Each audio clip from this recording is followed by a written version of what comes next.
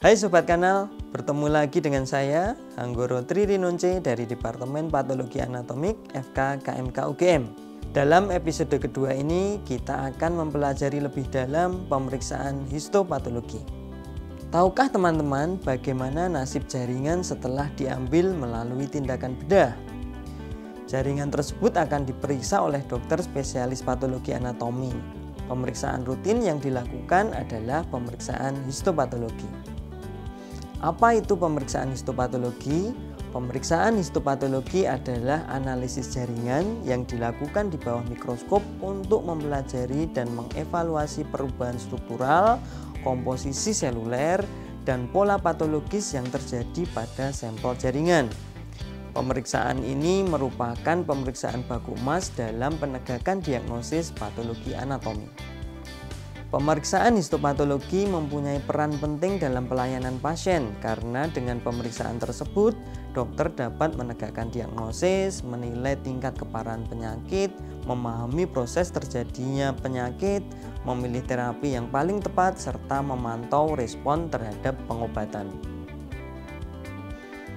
Pemeriksaan histopatologi juga menjadi dasar dalam pengambilan keputusan klinis.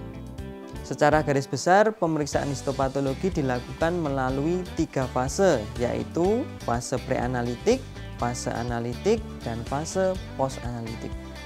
Fase preanalitik memegang peranan hingga 75% dalam keakuratan diagnosis histopatologi.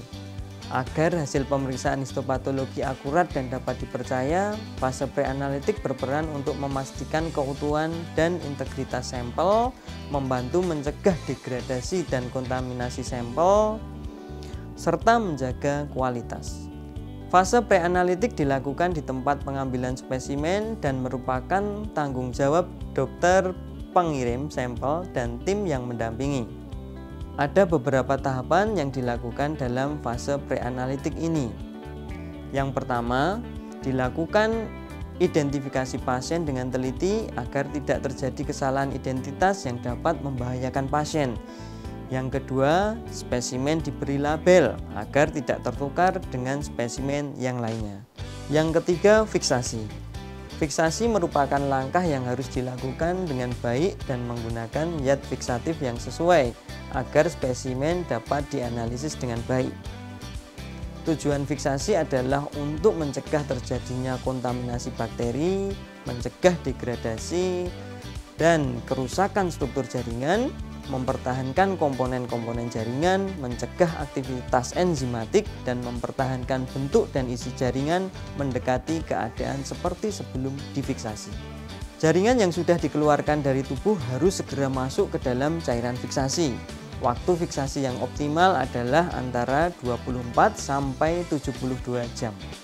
Yang keempat, jaringan yang sudah difiksasi kemudian dikirimkan ke laboratorium untuk dianalisis. Pengiriman harus dilengkapi dengan formulir permintaan yang telah diisi dengan lengkap beserta instruksi penanganan dari sejak pengambilan hingga pengiriman sampel. Formulir tersebut berisi permohonan resmi dari tenaga medis, informasi yang cukup untuk mengidentifikasi pasien, dan keterangan klinis atau diagnosis yang relevan. Sampai di laboratorium, sampel masuk ke fase analitik. Fase ini terdiri dari beberapa tahapan. Spesimen diterima dan diidentifikasi dan didokumentasi. Apabila spesimen tidak langsung dianalisis, spesimen harus disimpan dengan benar sesuai dengan persyaratan penyimpanan yang tepat, baik suhu maupun cairan fiksasi tertentu. Setelah diidentifikasi ulang dan dideskripsi secara makroskopik, spesimen dipotong sesuai lokasi dan ketebalan yang tepat. Spesimen kemudian diletakkan di dalam kaset dan dilakukan pencatatan. Setelah melalui pemrosesan baik secara manual atau dengan mesin yang meliputi dehidrasi, clearing, dan impregnasi parafin, jaringan kemudian diproses menjadi blok parafin atau dalam bahasa Inggris disebut sebagai formalin fix paraffin embedded tissue. Blok parafin dibuat dengan proses embedding di mana spesimen ditanam dengan meletakkan dan memposisikan spesimen dengan benar di dalam parafin untuk mempresentasikan seluruh potongan yang akan diobservasi di bawah mikroskop. Blok parafin kemudian dipotong dengan pemotongan kasar atau trimming untuk menghilangkan kelebihan parafin di atas spesimen dan kemudian dilakukan pemotongan halus atau sectioning menggunakan mikrotom setebal 3 mikron. Ketebalan pemotongan dapat bervariasi tergantung ketentuan di masing-masing organ. Potongan jaringan yang sudah ditempatkan pada objek gelas diwarnai dengan hematoksilin eosin atau He. Pengecatan He dilakukan sebagai pengecatan rutin. Cat He akan memberikan warna merah muda pada sitoplasma dan biru atau ungu pada inti. Setelah fase analitik selesai, dilanjutkan dengan fase post-analitik.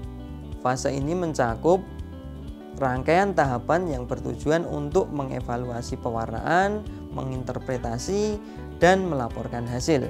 Selain identitas pasien dan data klinis, hal-hal yang harus dicantumkan meliputi hasil pemeriksaan makroskopik, pemeriksaan mikroskopik, kesimpulan atau interpretasi, kode diagnosis baik topografi maupun morfologi, anjuran, saran atau catatan, serta nama dan tanda tangan dokter spesialis patologi anatomik yang melakukan pemeriksaan.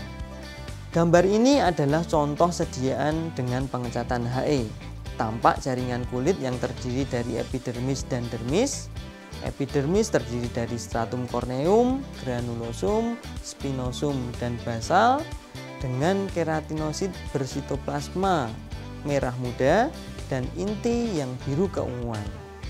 Sedangkan dermis tampak disebut sel-sel radang kronis.